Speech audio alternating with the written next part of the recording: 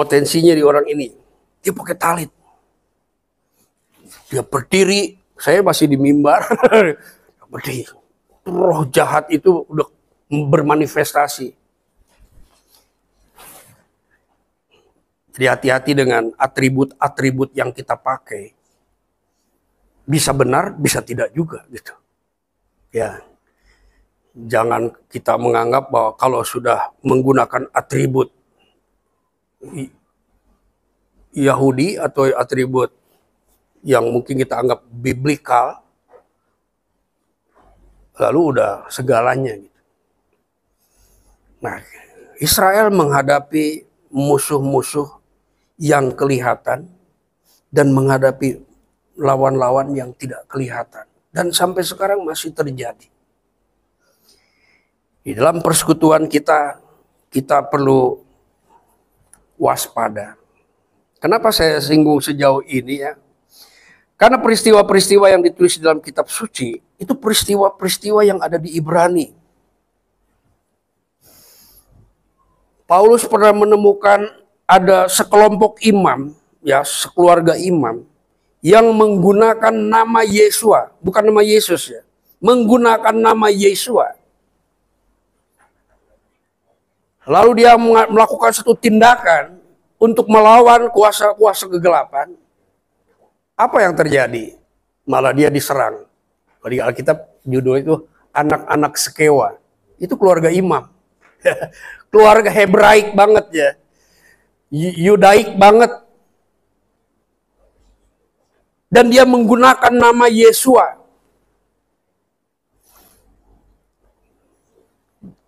Kita perlu berhati-hati juga dalam bentuk pengetahuan, pengajaran gitu.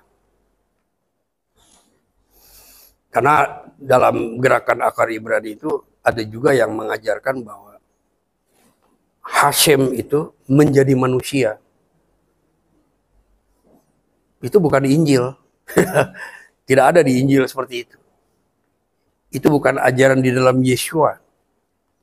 Yang menjadi manusia itu Hadafar. Bar Enos, saya sering sampaikan tuh. Bar Enos yang dilihat oleh Daniel itulah yang menjadi manusia. Bukan Adonai, bukan Hashem yang menjadi manusia. Nah, Daniel melihatnya dan dia menyebutnya dalam tulisan kitab suci menggunakan bahasa Aram. Dia bilang, aku melihat Bar Enos datang kepada yang lanjut usia. Namanya Atik Yomim kalau nggak salah ya. Nah, di dalam pengajaran akar Ibrani, saya melihat unsur-unsur seperti itu. Tapi saya tidak menolak ya. Karena dulu juga waktu saya umur 11 tahun, kami mengadakan penyembahan dalam roh, kami bernubuat, kami banyak manifestasi karunia roh juga di dalam perhimpunan itu. Ketika dilayani, itu berubah jadi ular. Itu benar terjadi. Orang yang bernubuat itu ketika didoakan jatuh dan menjadi ular. Padahal dulu gerakan karismatik itu gerakan paling lebih benar gitu. Nah, gerakan-gerakan zaman sekarang ada ya. Saya tidak mau terlalu gamblang. Artinya kita harus waspada. Ada satu yang pernah saya ucapkan ini. Saya sampaikan kepada jemaat, ada orang menganggap bahwa kalau pakai talit itu auranya bertambah gitu ya. Oh, saya tentang banget gitu ya. Saya bilang talit itu dipakai sejak di Mesir. Tidak pernah Elohim memerintahkan pakai talit, tidak ada di kitab suci. Oh, Israel sudah pakai talit itu sejak di Mesir. Sebelum keluar dari Mesir mereka udah pakai talit. Yang diperintahkan oleh Hashem itu adalah sit-sitnya, bukan talitnya. Jadi jangan mendramatisir talit ini menjadi seolah-olah ada sesuatu yang lebih. Tidak. Saul itu hampir terbunuh ketika dia pakai talit di WC. Kalau kita baca ceritanya, dia pakai talit, itu dipotong sit-sitnya oleh Daud. Yesua pakai talit, dan ketika dijamah sit-sitnya, ada kuasa yang mengalir. Dan orang yang disentuh oleh kuasa yang mengalir melalui sit-sit itu menjadi sembuh. Lalu apa kata Yesua? Dia cari, siapa yang menyentuh aku, katanya. Yesua tidak bilang, siapa yang menyentuh jubahku. Enggak. Siapa yang menyentuh aku, katanya. Lalu dengan gemetar perempuan itu berkata, aku ya Tuhan, katanya. Lalu dia ceritakan pengalamannya. Bagaimana kuasa itu terjadi dan dia mengalami kesembuhan. Lalu Yesua bilang apa? Imanmu yang menyembuhkan, bukan talit saya. Imanmu yang menyembuhkan, bukan sit-sit saya. Nah, saya sering menghadapi orang-orang yang mendramatisir atribut-atribut Yahudi gitu. Seolah-olah kalau udah pakai atribut bertambah power gitu ya. Enggak. Orang Yahudi banyak yang pakai talit zaman Yesua. Tapi power hanya mengalir melalui Yesua, tidak dari yang lain. Itu karena iman. Karena Elohim yang menyertai Yesua. Roh Bapaknya yang menyertai dia. Yang membuat manifestasi kuasa itu terjadi. Nah, kita jangan terkecoh dengan atribut-atribut ya.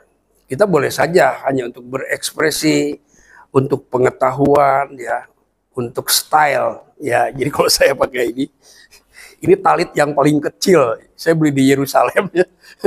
Kecil banget gitu ya. Hanya sebagai style aja ya. Bukan sebagai alat untuk mengintimidasi orang atau atraktif atau demonstratif. Enggak ada maksud situ ya. Hanya style aja ya.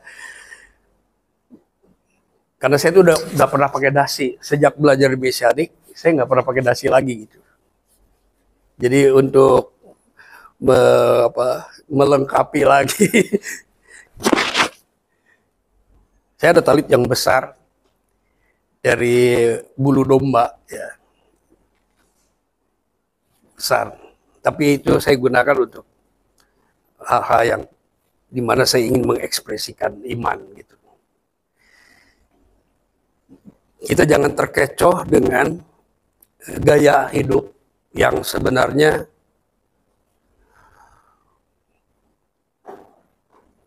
sebagai identitas saya gitu. Ya. Ada ayat yang mengatakan 10 orang dari tiap-tiap kota akan memegang puncak jubah ya.